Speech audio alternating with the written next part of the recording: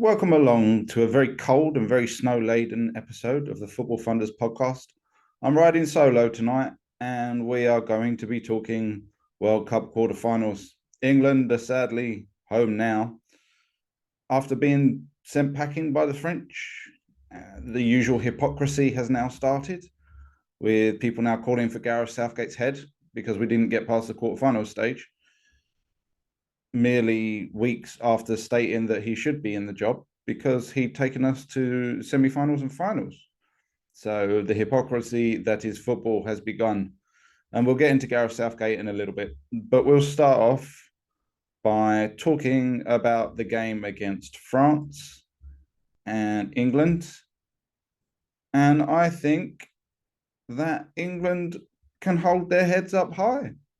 I'm going to talk more, as I said, about Gareth Southgate and how Gareth Southgate's done throughout this tournament in a little bit.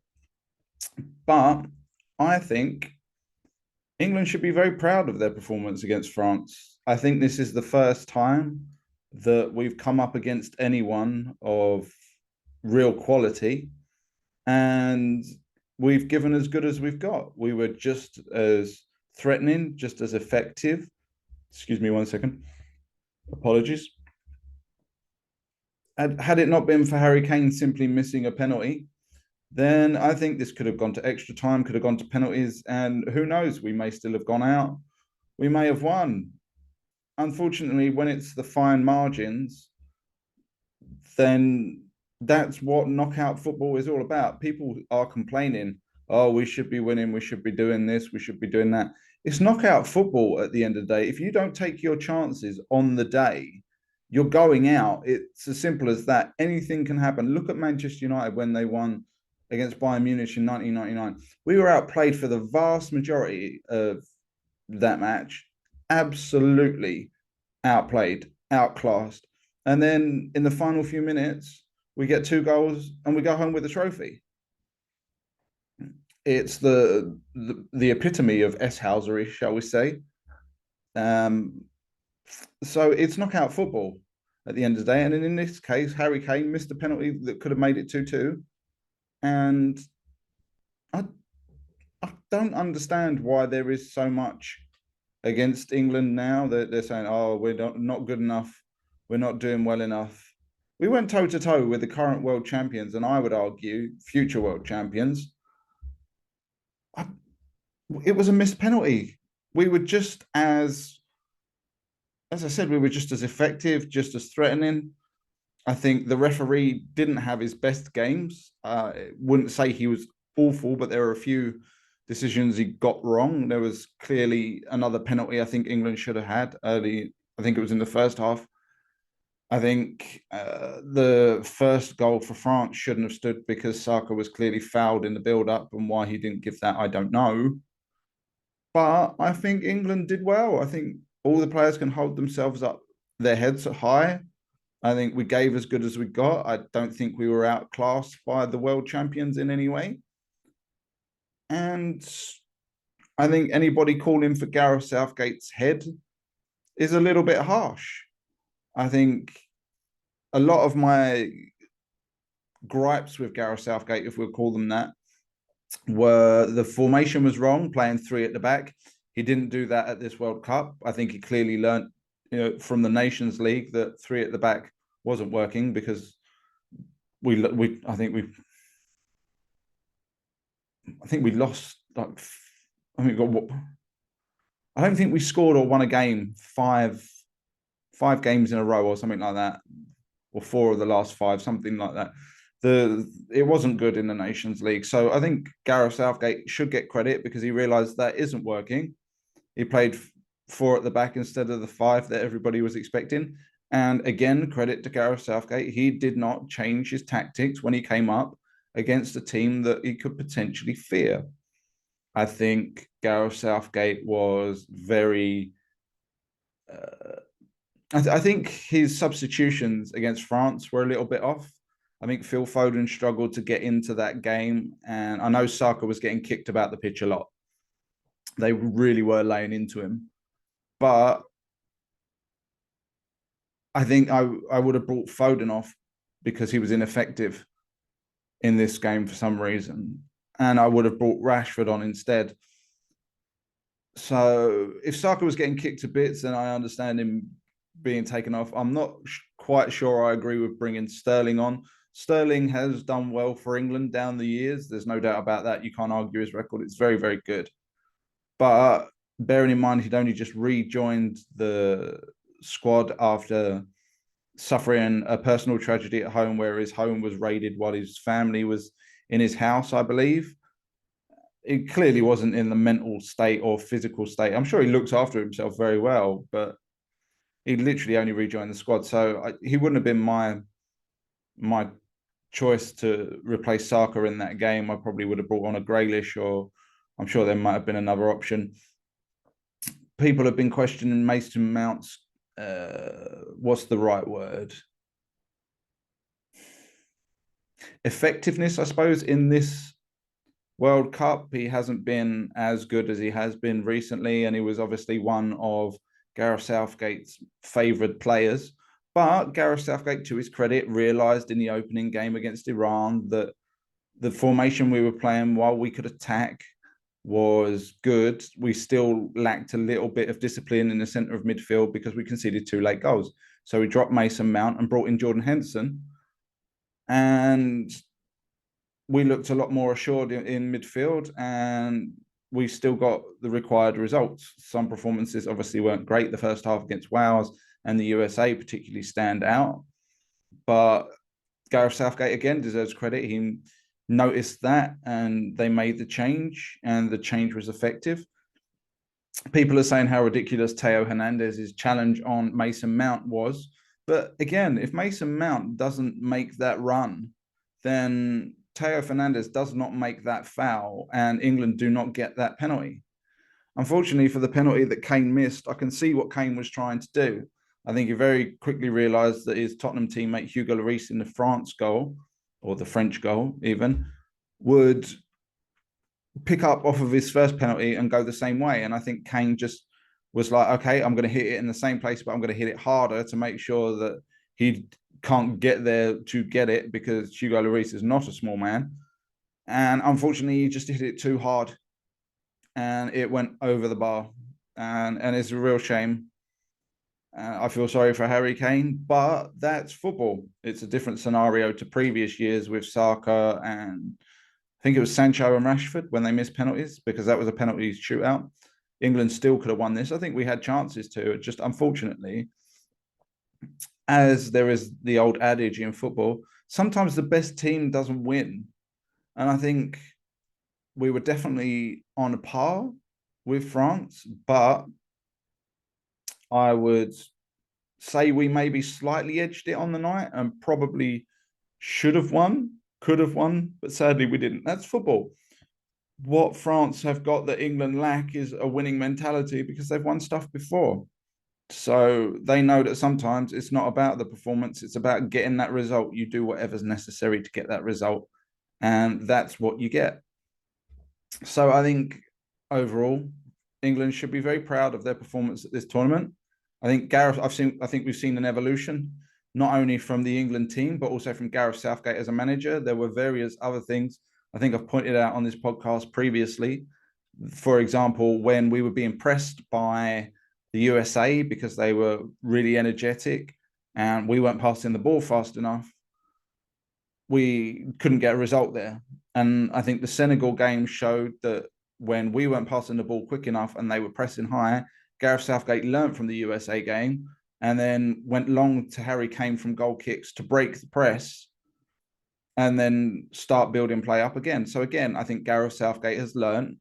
I think he has evolved as a manager, and he's shown that in some of his tactical decisions. Again, not every manager is going to get every tactical decision they ever make correct. And it goes back to the substitutions that I was just talking about. So people can criticize him for a substitution, but again, it's a lottery, like penalties, in much in the same way as you bring a player on and they either do really well or they don't do anything at all. It's once you bring them on, you can only give them the instructions, maybe change the instructions if it's not working, as we've seen Southgate do in this tournament. And I give Gareth Southgate credit. He's got 2 years left on his current deal. I think he signed a new deal just before the World Cup itself. I know a lot of people are saying that, like, despite the deal, it's time for him to go. He's had 3 tournaments now. I personally believe that this England side is evolving. I think he started off trying to get some team spirit and some sort of cohesion into it. Then he started with trying to make England hard to beat. I think a lot of the results in the Euros were like 1-0, not conceding many, maybe scoring from set pieces. And now it's evolved to a side that is starting to play decent football. In all the England matches that I've watched up until this World Cup, I was like, oh, this is unwatchable. The football is terrible. In this, the football was actually decent. Sometimes we needed to move it a bit quicker. Sometimes we needed to be a bit more creative. But I'm sure every single team at the World Cup will say, yeah, we at times we could have done this, or at times we could have done that. And at the end of the day, there's 32 teams. I think it's 48 next World Cup. But in this one, it's 32 teams trying to win. You know, not everybody is going to win. And unfortunately, on this day, we came up very, very slightly short. You could argue it was the rub of the green. I personally wouldn't argue that it was the manager's fault that we lost against France. I just think we had a little bit of bad luck. France took their chances. Unfortunately, the players on the pitch didn't take theirs for England. And I think Harry Kane, if you saw how confidently he put away the first penalty, you would bank on him to put the second one away. But unfortunately, sometimes football can be cruel. And this was cruel. So I think Gareth Southgate deserves to stay as England manager. I think England are very, very close to winning something. I think there are maybe one or two players or places available in the squad for a slight change. I think Sterling hasn't really performed in this tournament that much, which is, I think, pretty clear how he was replaced. I think there is, I'm sorry if that came up. I think there's Kieran Trippier is arguably going to be replaced due to his age. We're going to have the likes of Reece James come back as well. I think the midfield is still up for debate. I think Jude Bellingham was our star of this tournament overall. I think he's really proved himself. I think we've got a future England captain there, and I think we've got two of them in him and Declan Rice. And I think the 4-3-3 is the way forward, which is what Gareth Southgate went with.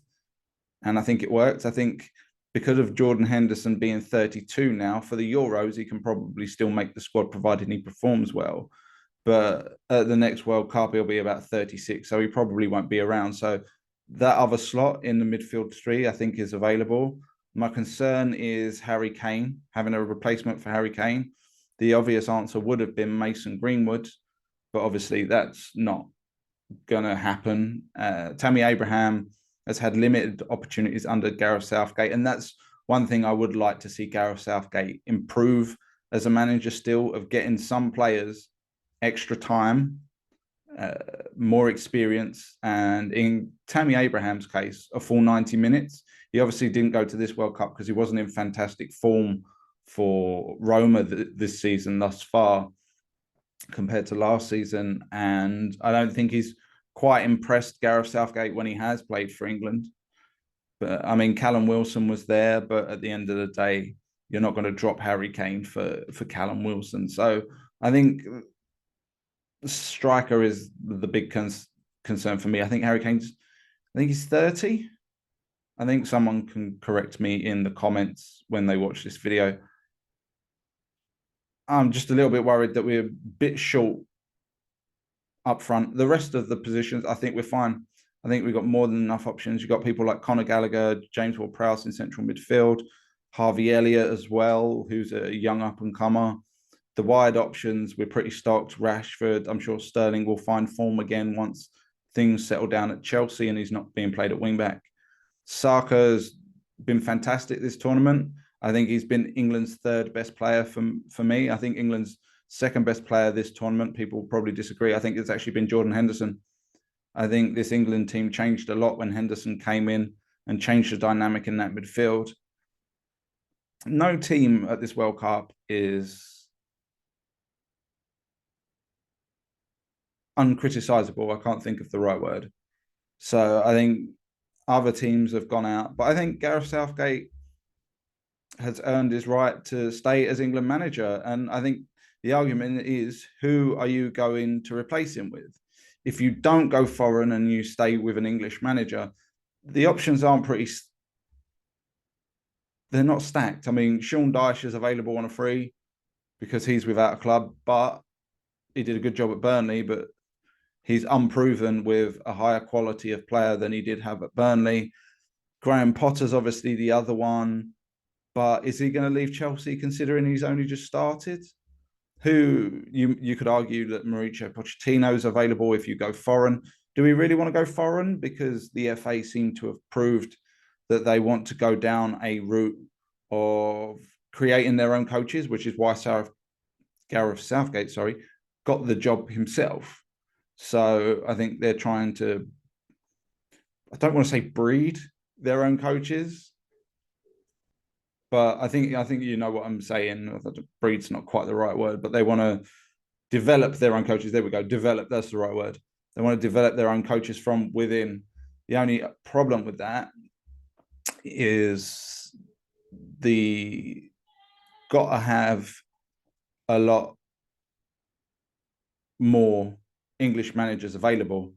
I can't think of two that are currently in the Premier League apart from Graham Potter and Frank Lampard. Steven Gerrard is probably another name that's been linked, but he didn't set the world on fire at Aston Villa. I think too much change too fast was ultimately his downfall. So who's going to take it? I don't see that there is a viable option right now, or anybody who is going to quit their job to go to England. Maybe that's an issue.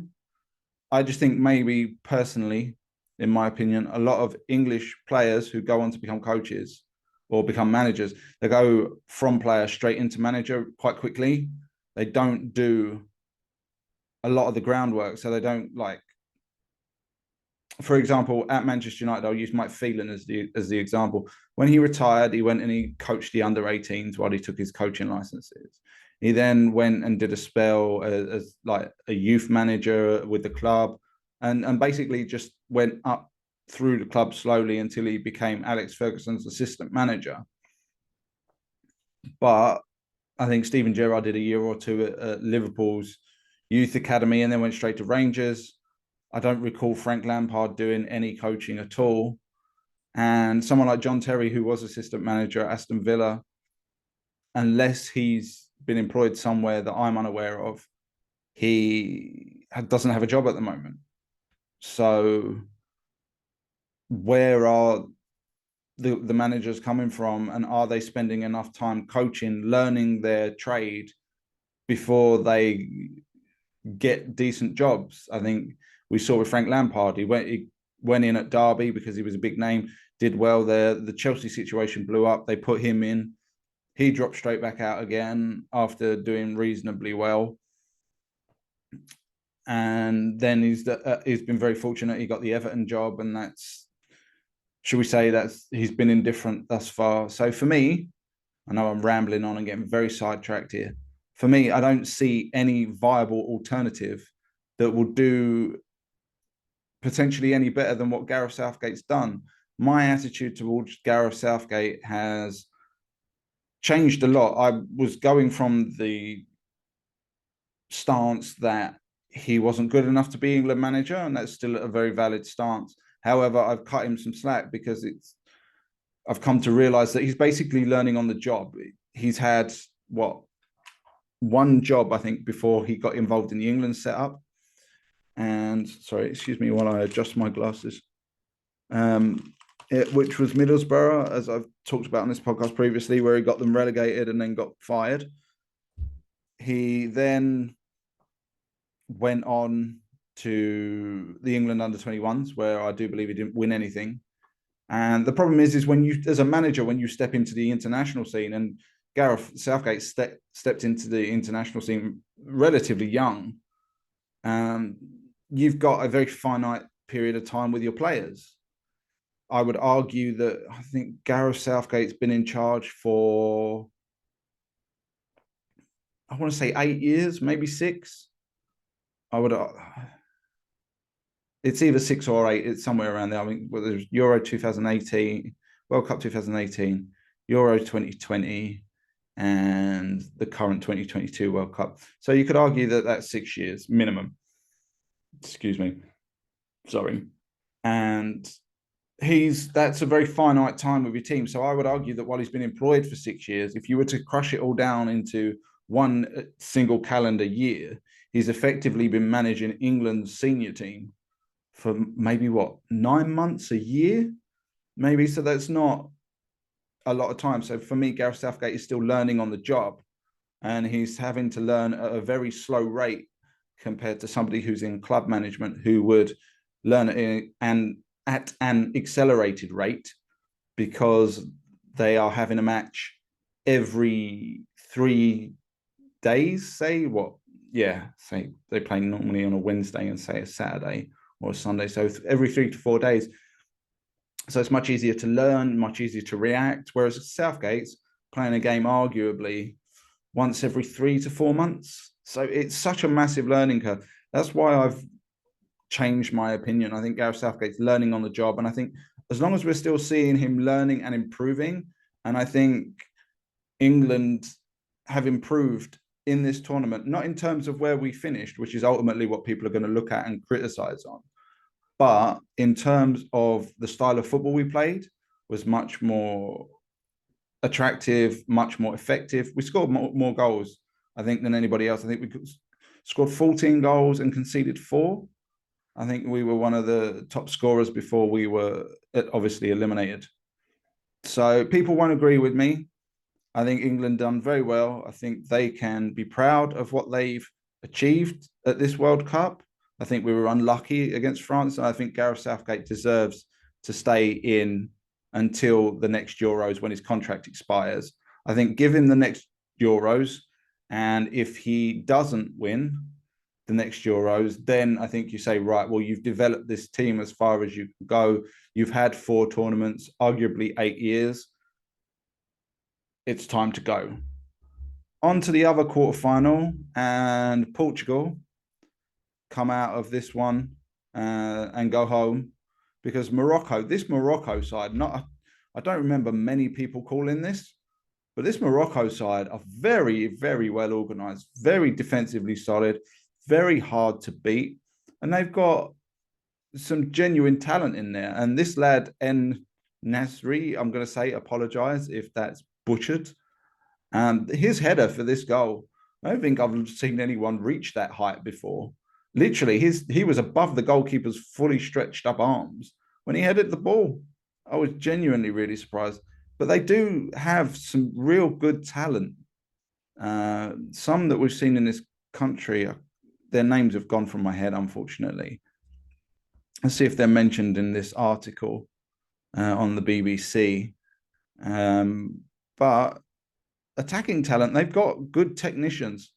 So they've been very much the shock of this World Cup for me. I picked Serbia as my, here we go. I picked Serbia as my dark horses, and unfortunately they just couldn't defend. But Morocco have done the opposite, and they've counterattacked really well. Amrabat, a very good player. Ziyech at Chelsea, a very good technician. Buffal, I believe, was either at West Ham or Southampton, maybe both. Don't quote me on that. Hakimi, obviously, at PSG, we know all about as well. Their goalkeeper, Bono, has proved to be a very good goalkeeper, very underrated. And you've got to give them every credit in the world. You cannot argue that they didn't deserve to be there, or they don't deserve to be there, because they do. They've been rock solid. They've counterattacked very well. They've played some really nice football as well. Watching them against Spain, I thought Spain would have had them easily. But watching them against Spain, I thought Spain really struggled to cope with them. I genuinely did. Portugal, there's so much talent in that squad. It's very hard to see why they didn't progress. Again, that's no discredit to Morocco. I thought Morocco were fantastic, but Portugal were. It's very difficult to know what to make of Portugal because it seemed like nobody fancied them and they were creeping up slowly and everything was about Ronaldo. And of course, Ronaldo made this about Ronaldo again. I'll get into that in a second. But there's so much talent in this Portugal squad, and they were just creeping up slowly. Nobody fancied them. They were getting really good results, and everyone was like, "Well, should we be talking about Portugal because they are doing this, that, and the other?" And unfortunately, they just come across a team that are in really good form right now, really disciplined, so much self-belief. You've got to give full credit to them. I'm sure this Portugal team will have a better chance at the next Euros. There's so much talent. And I also think the removal of Ronaldo will be benefit to them. We spoke on the previous podcast about his replacement, Ramos, scoring a hat-trick. Unfortunately, he didn't have as good a game.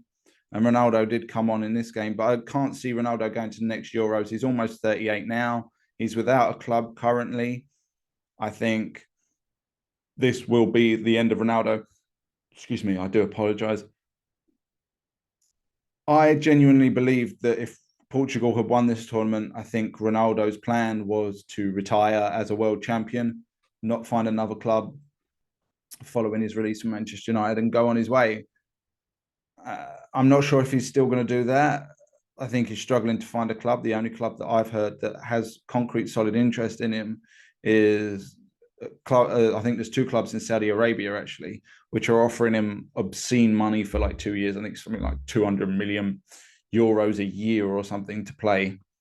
So my only problem is Cristiano Ronaldo in this match was supposed to be the captain of the Portugal side, and when they lost and the final whistle went, Ronaldo, being the captain, in my opinion, is supposed to be the leader, set the example, and put others before yourself.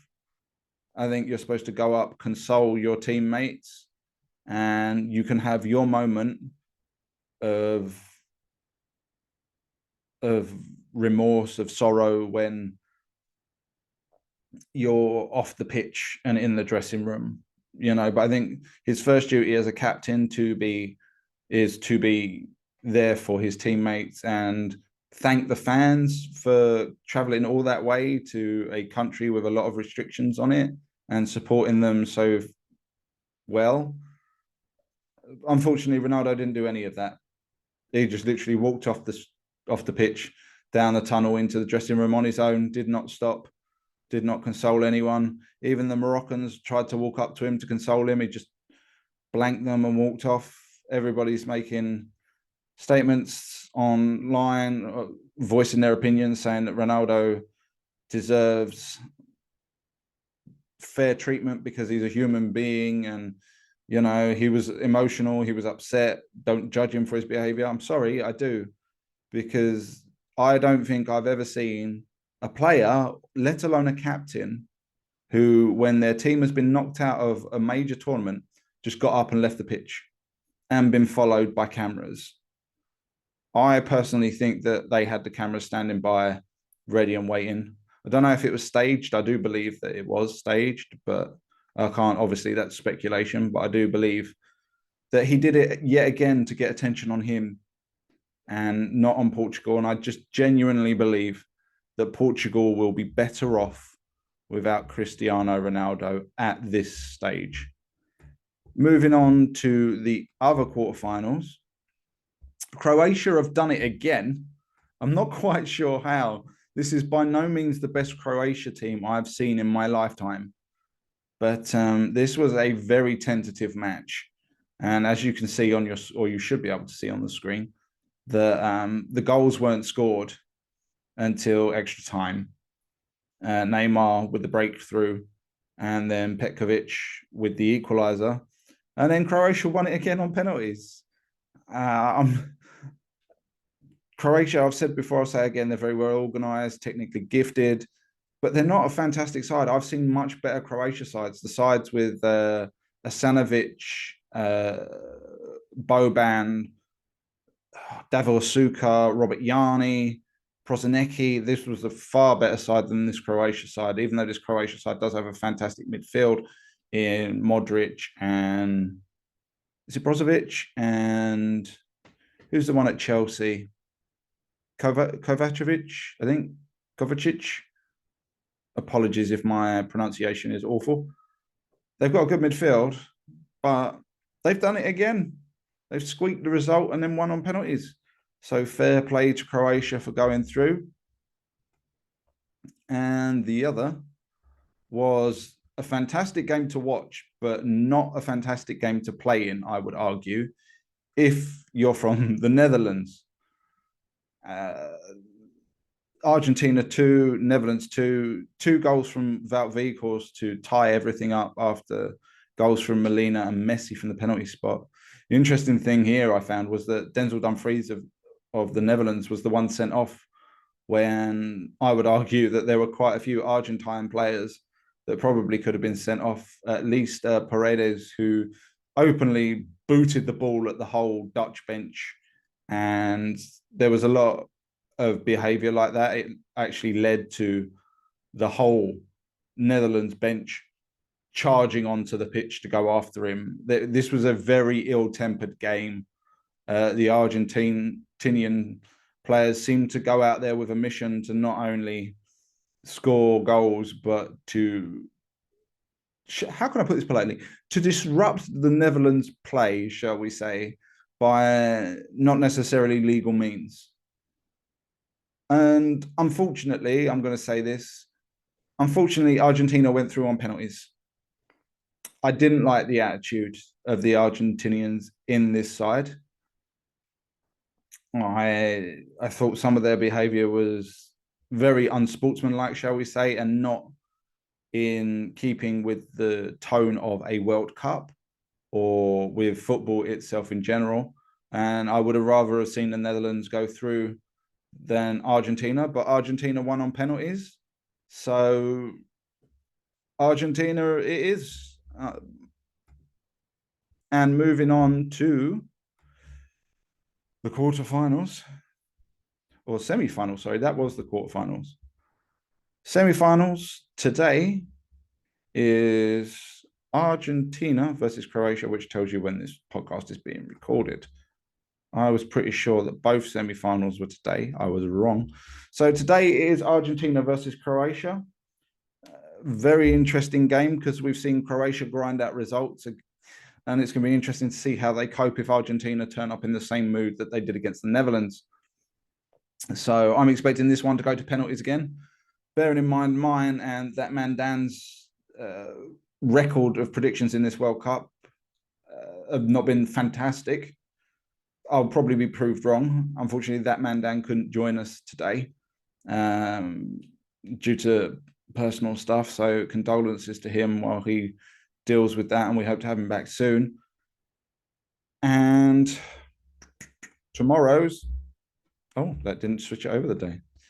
And tomorrow's is France-Morocco. Now, Morocco have been amazing. I think they've been the surprise of the tournament. Think they've been absolutely fantastic. But I think France have got the know-how of how to get around this lot. And Mbappe, I haven't seen too much of him before. But you've got to give credit where credit's due. He's, for me, the time of Messi and Ronaldo has passed, although Messi's obviously still playing well for Argentina and in France for PSG. I think the time is now, the next two big ones are Mbappe and Haaland at Manchester City. So it's going to be interesting to see those battle it on. But I predict that France will win this in normal time. I just think that they will have too much for France. And I've got to give credit to Didier Deschamps, because his decision to switch Griezmann into central midfield and allow him a sort of a floating playmaker role to go around the pitch wherever he wants has proved a real inspired idea, because it showed against England how for a while he was ineffective, but then he popped up with those 2 assists, and especially that cross for the Giroud goal against England, that it works, and it works very well. So I predict France will go through on that one, and we will wait and see over the next couple of days what's who goes through. This is a much shorter podcast this week, just purely because it's me on my own, and I've got, unfortunately, no one to talk topics, bounce ideas back and forth. But we will be back with another podcast. It may be our last one before Christmas, because Christmas is very fastly approaching, and we've got 2 semi-finals and a final. We'll try and do one for the semi-final, and I'll have to check the date of the final and then get back. We may do, but you'll definitely get one more podcast before Christmas, maybe 2. But then we will be taking an extended break, because it's Christmas and we're going to be spending time with the families and having a lot to eat and a lot to drink. So thank you very much, everyone, for tuning in to this latest edition of the podcast. Before I forget, I do need to actually give a shout out to our associates at again. Our associates with the podcast, who are, let me get this one up. Screen share. Let Us Talk Mental Health. You can follow them on Twitter at @letustalk_MH. The football club raising money for mental health charity Mind. Do go and give them a follow. Do buy some of their merch. You can see the link there. And if you're in the Southeast London area, keep an eye out for their games and go and support. All money, all proceeds, I should say, go to the mental health charity Mind. And the Proper Blokes Club, at Blokes Club on Twitter, and www.theproperblokesclub.co.uk. Walking and talking, breaking the stigma surrounding men's mental health. It's that time of year where there's a lot of lonely people who have lost loved ones or are just on their own. And if you need some company and you happen to be a bloke, because this is just about blokes' mental health, I hope there's women's or mixed options out there as well, but this is just for the blokes. So if you're a bloke, you're lonely this Christmas, go on to their Twitter feed. I think they're on Facebook, or go on their website, talk to them, see if there's a walk near you, get out there. Don't be alone at this time of year. It's sad, and you don't have to be alone at Christmas. There are options. So if you are alone this Christmas, don't be alone. Google some stuff. You might find somewhere for you to have some company for over the Christmas period. So thank you again to everyone who's tuning in. Oh, before I forget, I can't pull this one up, but if you've made it this far into the video, thank you very much. There is a young man called Kraken the Box. He's a YouTuber, obviously on YouTube. He, unfortunately, is a young man who's had 2 heart operations, and sadly, neither of them have failed. And he is now in palliative care, which, if you don't know what palliative care is, it's basically the point where people become so sick that they've not got long left. So the whole point is to make them comfortable until they sadly pass away.